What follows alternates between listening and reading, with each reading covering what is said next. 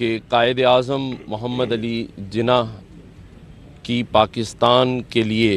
جو خدمات ہیں، جو انہوں نے پاکستان حاصل کرنے کے لیے محنت اور لگن کے ساتھ جو کوشش کی، اللہ تعالیٰ رہتی دنیا تک ان کے درجات بلند کرے، انہیں جنت الفردوس میں اعلیٰ مقام دے۔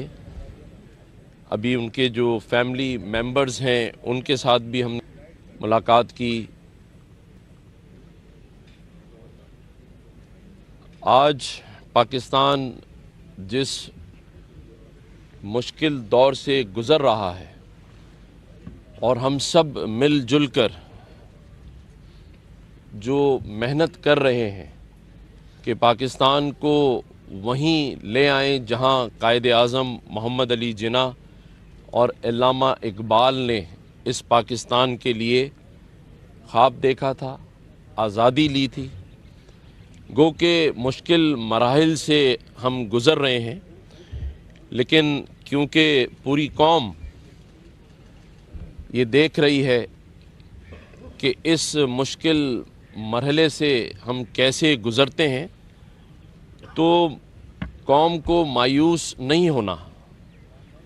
کیونکہ قائد اعظم محمد علی جناح کا ہی فرمان ہے کہ مسلمان مشکل وقت میں گھبراتے نہیں ہیں۔ ہمیں بحیثیت قوم محنت کر کے آگے بڑھنا ہے، اور ہم انشاءاللہ تعالی اس مشکل مرحلے سے بھی گزر جائیں گے۔ یہ قوم، یہ ملک ضرور ترقی کرے گا۔ آج جس طرح پاکستان اسٹاک ایکسچینج اپنی مسلسل ترقی اور تیز رفتاری کی طرف گامزن ہے، جس طرح پاکستان میں شرح سود کم ہو رہی ہے، اور جس طرح ہمارے دوست ممالک جن میں خاص طور پہ سعودی عربیہ، UAE، چائنا اور ترکیہ پاکستان کے ساتھ اس مشکل مرحلے میں کھڑے ہیں، اور پاکستان کو اس معاشی بحران سے نکالنے کے لیے جس طرح ہمارے وزیر اعظم میاں محمد شہباز شریف صاحب اور ہمارے صدر مملکت جناب آصف علی زرداری صاحب اور تمام سیاسی جماعتیں جس طرح سر جوڑ کر بیٹھی ہیں، اور سبھی یہ چاہتے ہیں کہ پاکستان ترقی کرے، ہمارے لوگ جو مشکل وقت گزار رہے ہیں وہاں خوشحالی آئے، ہم سب مل جل کر اس ملک کو ترقی دینے میں اپنا اپنا حصہ ڈالیں۔ گو کہ بیرونی طاقتیں نہیں چاہتی کہ پاکستان معاشی طور پر خوشحال ہو، وہ نہیں چاہتی کہ پاکستان صف اول کے ملکوں میں کھڑا ہو، کیونکہ انہیں پتہ ہے کہ یہ ایک ایٹمی طاقت ملک ہے، جہاں 60% سے زائد نوجوانوں پر مشتمل یہ ملک ہے، جہاں کے بزرگ بھی دعاؤں کے ساتھ ساتھ آج بھی محنت کے ساتھ کھڑے ہیں، عزم کے ساتھ کھڑے ہیں۔ انہیں پتہ ہے کہ ایک مضبوط افواج پاکستان اور فورسز پاکستان کی سرحدوں کی حفاظت کے لیے مامور ہے،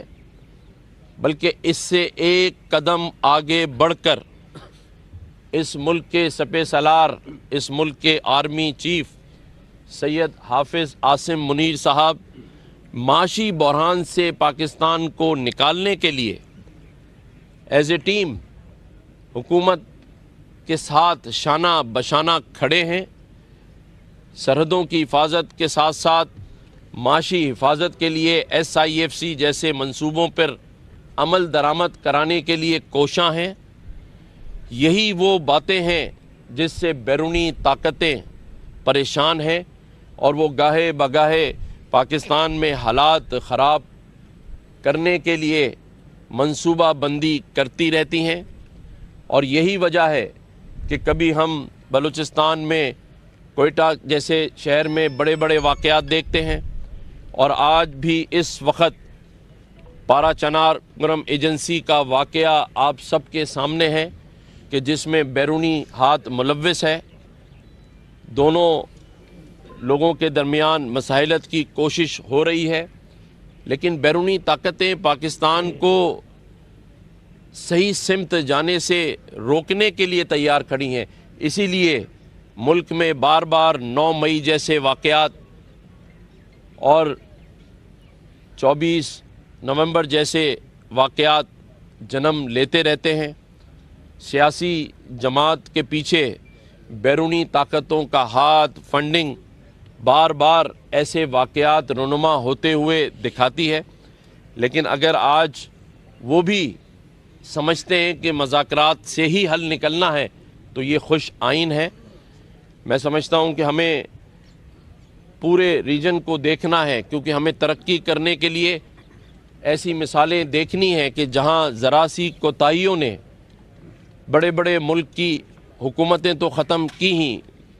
لیکن ان کی سرحدوں کو بھی غیر محفوظ بنا دیا۔ ہمارے سامنے شام، لبنان، عراق جیسی مثالیں موجود ہیں۔ اس لیے ہمیں شکر ادا کرنا چاہیے کہ پاکستان کے پاس ایک مضبوط افواج ہے۔ ہمیں یہ دعا کرنی چاہیے کہ کشمیری مسلمانوں کے لیے بھی اسی طرح سے آزادی ہو جیسے ہم اس پاکستان میں آزادی سے رہ رہے ہیں۔ ہمیں فلسطین کے مسلمانوں کے لیے بھی دعا کرنی چاہیے کہ انہیں بھی آزادی کے ساتھ رہنے کی اجازت ہو۔ جو واقعات وہاں ہو رہے ہیں انہیں اور ان کی روک تھام کی جائے۔ میں سمجھتا ہوں کہ ہم صحیح ٹریک کی جانب گامزن ہیں، اور مشاورت سے ایک دوسرے کے ساتھ بیٹھ کر ان مسائل کا حل انشاءاللہ تعالیٰ نکالیں گے۔ پاکستان اسی طرف چلے گا جو قائد اعظم محمد علی جناح کا فرمان تھا، ان کی سوچ تھی، اسی طرف لے کر انشاءاللہ تعالیٰ ہم سب مل جل کر چلیں گے۔ اور میں آخری میں پھر یہ دعا گو ہوں کہ اللہ تعالیٰ ہمیں توفیق دے کہ ہم قائد اعظم محمد علی جناح کے فرمان اور ان کی کہی ہوئی باتوں پر عمل کریں، اور اس پاکستان کو ان کی سوچ اور ان کے کہے ہوئے جو فرمان ہیں اس پر لے کر چلیں۔ اللہ تعالیٰ پاکستان کا حامی و ناصر ہو۔ بسم اللہ الرحمن الرحیم۔ آج 25 دسمبر 2024 مجھے یہ اعزاز ہے کہ میں گورنر صاحب کے ساتھ اپنی صوبائی کابینہ کے ساتھ یہاں قائد اعظم کی مزار پہ قائد اعظم محمد علی جناح کے 148ویں یوم پیدائش کے موقع پہ ان کو خراج عقیدت پیش کرنے کے لیے حاضر ہوا۔ قائد اعظم نے ہمیں اپنا پیارا ملک پاکستان دیا۔ اب یہ ہمارے اوپر ہے کہ قائد اعظم کی ویژن کے مطابق اس ملک کو، جیسے گورنر صاحب نے فرمایا، بیرونی طاقتوں سے جو ان کی سازشیں ہیں ان سے بچائیں، لیکن اس کا حل صرف ہمارے اپنے پاس ہے، ہم سب کے پاس ہے۔ دشمن تو ضرور کوشش کرتا ہے کہ کسی نہ کسی طریقے سے نقصان پہنچائے، لیکن اگر ہم سب متحد ہوں گے تو مجھے یہ پورا یقین ہے کہ اللہ تعالیٰ کے کرم سے ہم اس ملک کو اپنے بعد آنے والی جو پاکستان کے شہری ہیں، ہماری نسلیں، ان کے لیے ایک بہتر، امن پسند، ترقی یافتہ ملک بنائیں گے۔ ہمیں آج کے دن اس کے ساتھ ساتھ جو قربانیاں ہمارے شہداء نے دی ہیں، چاہے وہ شہید ذوالفقار علی بھٹو ہوں جنہوں نے اس ملک کو ایٹمی طاقت بنایا، چاہے شہید محترمہ بے نظیر بھٹو ہوں جنہوں نے میزائل ٹیکنالوجی دے کے اس ملک کے دفاع کو اور مضبوط کیا، اور ہمارے بہادر افواج، ہمارے رینجرز، ہمارے پولیس اور باقی جو شہداء ہیں، خاص طور پہ جمہوریت کے شہداء، ان کو یاد کرنا چاہیے۔ انہی شہداء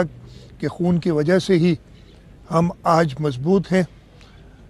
انشاءاللہ تعالی اس وقت کی حکومت